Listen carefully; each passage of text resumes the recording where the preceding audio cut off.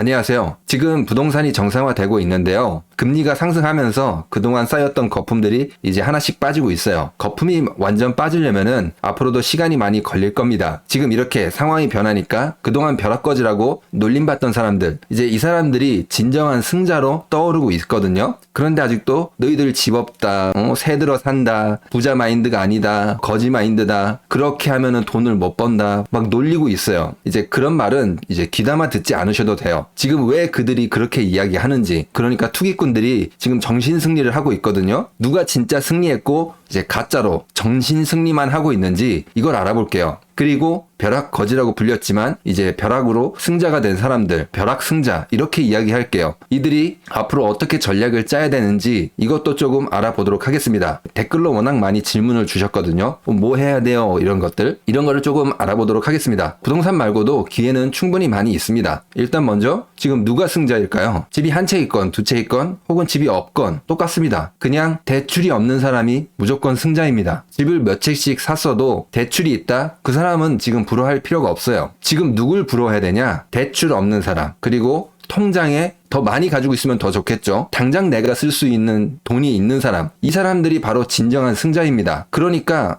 대출 받아가지고 세금 이자로 막 27%, 100만 원 벌어서 27만 원, 그러니까 거의 한 30%를 막 내고 있는 사람들 정말 힘들 겁니다. 하루 이틀 끝나는 게 아니잖아요. 짧아도 10년, 뭐 30년 이렇게 가는 건데 생활하기가 너무 힘들 정도로 좀 팍팍한 인생을 살고 계실 거예요. 그런데 이제 여기서 이제 사람들이 이렇게 이야기를 해요. 아직도 수익 구간이다, 이렇게 이야기를 해요. 진짜 이거는 정신 승리예요. 뭐 예를 들어서 5억짜리 아파트를 3억 대출을 받고 2억은 내 돈으로 해서 10억까지 올라갔는데 이게 지금 7억이 됐다, 이렇게 생각해 볼게요. 아직은 5억 밑으로 떨어지진 않았잖아요. 아직도 2억이 플러스잖아요. 그래서 이게 수익 구간이다, 이렇게 댓글 다시는 분들이 있더라고요. 이거 정말 정신승리예요. 그 지금 수익 구간인 2억이 부동산을 매도해서 내 호주머니로 들어오지 않는 이상 그거는 수익이 아닙니다. 그 어려운 말로 미실현 손익, 그러니까 사이버머니라고 하는 거예요. 아무짝에 쓸모없는. 그거 보면서 아직도 수익 구간이야, 나는 괜찮아, 하지만 이자는 매달 나가고 있어요. 사는 건 팍팍해요. 이 사람이 과연 승자라고 할 수 있을까요? 그게 정신 승리라는 겁니다. 지나다니면서 이렇게 중개소 이렇게 보면서 그래도 아직은 수익 구간이야, 이렇게 생각할 수 있잖아요. 그게 의미가 없다는 거예요. 내 주머니로 돈이 들어오지 않는 이상 의미가 없어요. 그냥 대출 안 받고 내 호주머니에 있는 1,000만 원이 그게 훨씬 더 값진 돈입니다. 그 수익은 가상의 수익, 잡히지 않는 가상의 수익이지, 그걸 갖고 아직도 수익 구간이다, 뭐 아직도 이겼다, 이렇게 생각하시는데 그런 사람들 말은 신경 쓰실 필요 없어요. 실거주하고 집 한 채시라면은 그냥 상관없겠죠, 사실은. 그러면 또 이제 너희들 월세 살지 않냐, 새 들어 살지 않냐, 너희 집도 아니지 않냐, 뭐 이렇게 이야기하시는 분들도 있던데, 대출 받았으면 똑같이 새 들어 사는 거예요. 등기는 이제 그 사람 이름으로 돼 있겠죠. 하지만 은행에 이자만 몇 달 안 내면 어떻게 될까요? 나가라고 하겠죠. 똑같은 거예요. 사실상 은행에 반전세 사는 것과 비슷합니다. 막 집 안 사는 사람들, 뭐 전세 사는 사람들, 월세 사는 사람들한테 거지 마인드다, 이렇게 욕을 하는데 그 사람이 진짜 거지 마인드예요. 스스로를 정신 승리하고 있는 거예요. 대출 안 받고 여러분 수입이 있으시고 통장에 작은 돈이라도 여러분들이 바로 사용할 수 있는 돈, 그런 게 있으시다면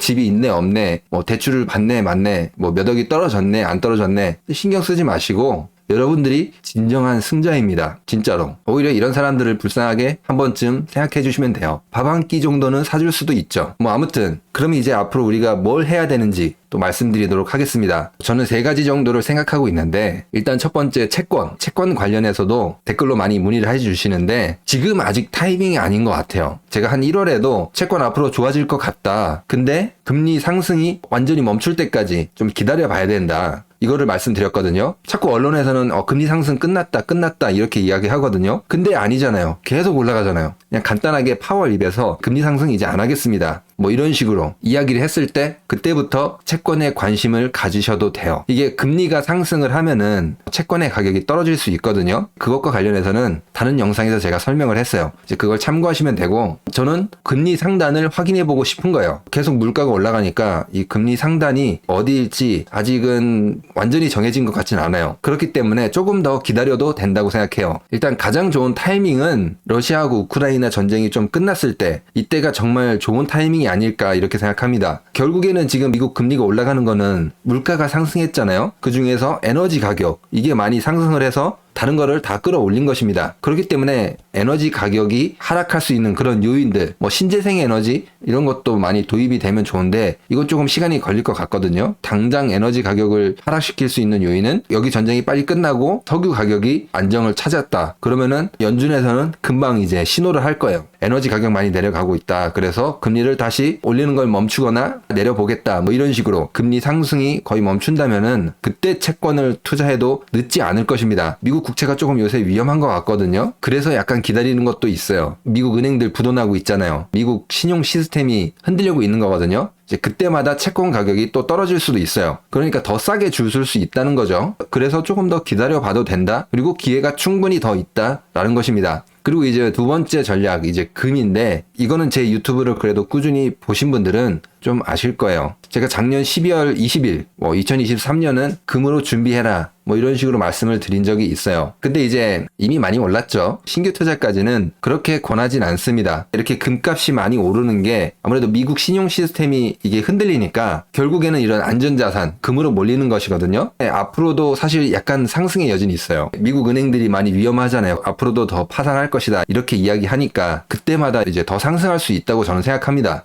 이제 근데 하지만 상승이 제한적이라고 저는 생각하는 게 금이 너무 많이 상승하면은 미국 국채가 인기가 없어져요. 그래서 미국에서 금값을 일부러 누르는 경우가 있어요. 그런 경우가 많거든요. 그렇기 때문에 올라가야 되는데 하면서도 또 갑자기 팍 떨어질 수도 있어요. 지금은 약간 애매한 구간인 것 같아요. 금을 조금 가지고 계신 분들은 보유하면서 더 상승할 때마다 이제 조금씩 파는 게 좋은 전략이 될 것입니다. 그리고 이제 앞으로 이거는 조금 더 시간이 걸릴 것 같은데 뭐 신재생 에너지, 뭐 로봇, 뭐 AI 기술 발전하면서 또 새로운 기업들도 등장하고 그런 기업들이 주가가 많이 성장할 것으로 예상되거든요. 그렇기 때문에 이런 분야들은 지금부터 공부해가면서 이제 하나씩 알아가는 것도 괜찮을 것입니다. 아직도 시간 많이 있으니까 너무 급하게 마음 먹으시지 않아도 됩니다. 일단 가장 중요한 거는 채권의 시간이 곧 올 것 같아요. 이걸 먼저 하고 좀 멀리 보고 이제 준비하는 식으로 이렇게 전략을 짜면은 여러분들이 부동산 뭐 있던 없던 오히려 더 진정한 승자로 이제 거듭날 수 있을 것입니다. 그리고 중요한 거는 이제 이런 언론사, 증권사 직원들, 유명한 뭐 교수들 이런 사람들 말 너무 믿지 마세요. 좀 제 자랑하는 것도 있는데 제가 작년 2022년 4월 28일 날 이렇게 앞으로 어떻게 흘러갈 것이다 이걸 이야기를 했거든요. 인플레이션 와서 뭐 중소기업 부도 나고 자산시장도 폭락하고 미국도 금리 인상해가지고 경제가 좀 나락으로 가는 열차를 탈 것이다 이렇게 영상을 만들었어요. 작년에. 근데 이거를 언론이라든지 증권사 직원분들, 교수분들 이렇게 꼭 집어서 이야기를 안 하시더라고요. 이거 분명히 알고 계셨을 거예요. 그분들도. 이걸 모를 수가 없어요. 그렇게 공부를 하신 분들이 이걸 모를 수가 없어요. 왜 이런 말을 안 하냐? 간단합니다. 이 사람들은 엘리트들, 자본이나 권력에 잘 보여서 출세한 사람들이잖아요. 물론 이제 본인 실력도 있었겠죠. 이제 그만큼 노력도 했을 거고.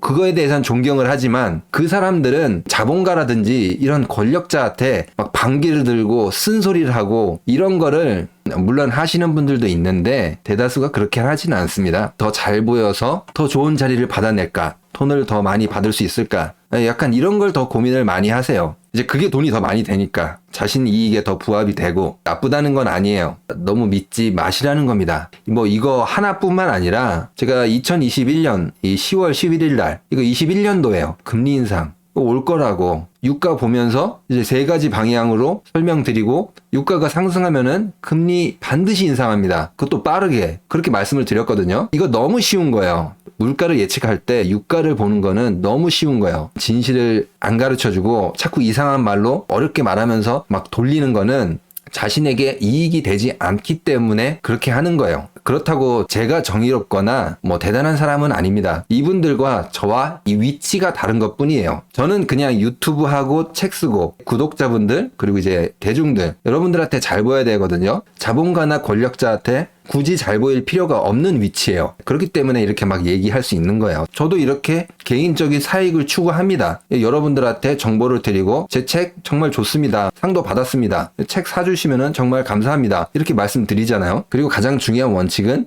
사기를 치지 않는다는 겁니다. 물론 이제 사람이니까 다 맞출 수는 없어요. 저도 틀릴 수도 있어요. 사람이 틀릴 수는 있거든요. 틀린 거와 사기를 치는 건 달라요. 그거는 이제 여러분들이 판단해 주실 거라고 믿습니다. 그래서 이제 제 방송도 보시고 부족하다 그러면 다른 방송도 보시고 이제 공부하셔서 좋은 판단, 이제 여러분들에게 이익되는 판단을 하시라는 겁니다. 그래서 오늘은 벼락거지라고 그동안 불려왔지만 이제 진정한 승자가 된 우리 벼락승자들이 왜 우리가 주눅들 필요 없는지 이런 이야기를 했고, 또 앞으로 이제 어떻게 전략을 짜면 좋은지 이것도 이야기했습니다. 그러면 오늘 영상은 여기서 마치도록 하겠습니다. 구독과 좋아요, 알람 설정, 그리고 응원의 댓글은 영상을 만드는데 많은 힘이 됩니다. 감사합니다.